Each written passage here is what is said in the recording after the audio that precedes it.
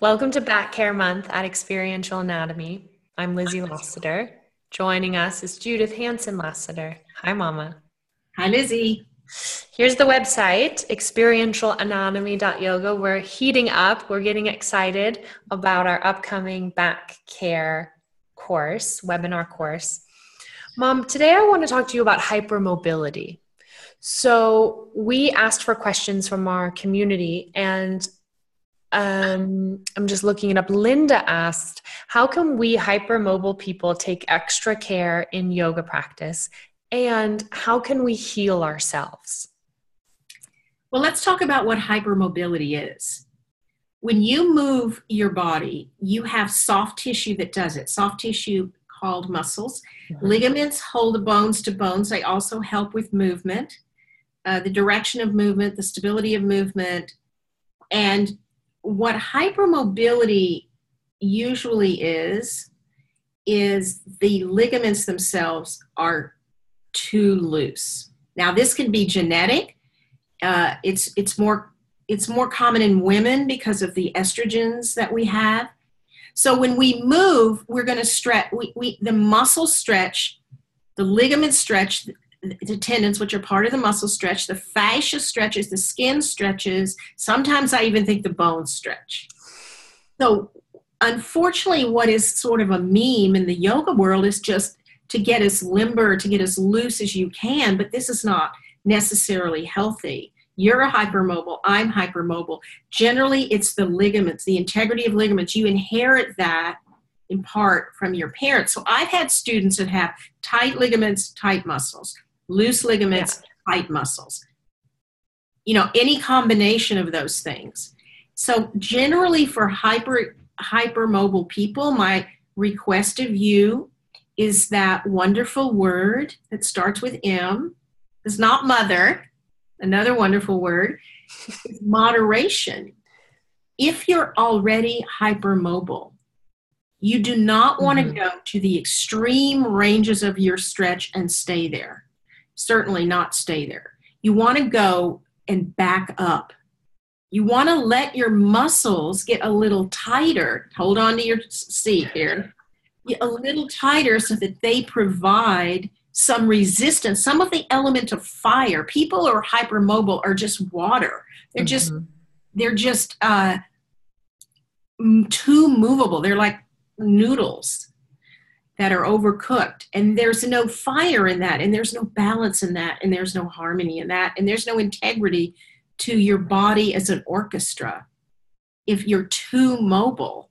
So hypermobile people, what we need to do is we need not to push the stretches, especially women, because with hormonal changes, and hormonal effects, we can really overdo it.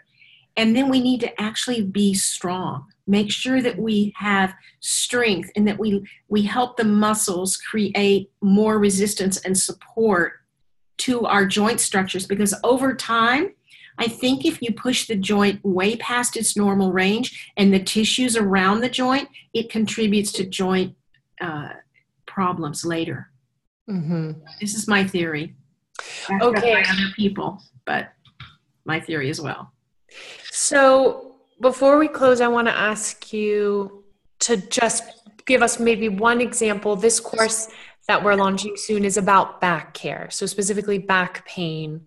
What is one example of hypermobility that expresses itself as back pain, and maybe something we could do differently in our asana practice? Well, let me describe a slightly different situation. Most of the people who have back pain are really stretched into flexion.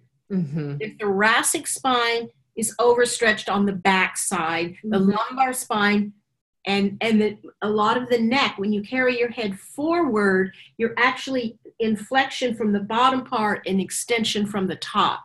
So I think our posture facilitates overstretching the ligaments of the back body.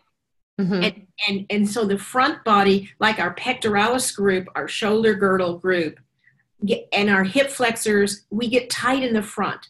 And so it's the imbalance of that.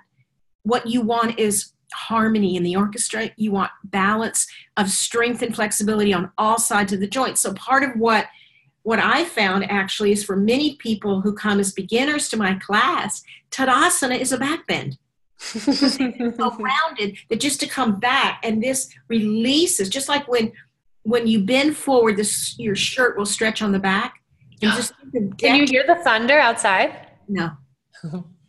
The back body is stretching, the shirt is stretching. Okay, yeah. Always. And so the ligaments lose their integrity. So, but when you move up, then the shirt stretch or a little backward, it stretches on the front. So the same thing is true of the body. So then you relieve the muscles and the ligaments on the back body. I know if I'm sitting cross-legged and kind of rounding and working on my computer on a hotel bed or something for a long time, then the muscles in my lower back, like the quadratus on either side of the spine, it gets really tight. And then I say, oh, and I go do cobra pose, and it takes it immediately out. So what we're doing is twofold. We want to teach people to understand the movement patterns, to recognize them, and to have a usually quick and simple way to offset that by prevention of posture in their daily life, and by specific asana that will relieve those muscle groups from overworking because the ligaments aren't able to do it. That's our course. Perfect. Here's the website, experientialanatomy.yoga. Mom, where can we find you on the internet? Judith.yoga. And I'm LizzieLasater.com, Instagram, Facebook. Namaste. Namaste.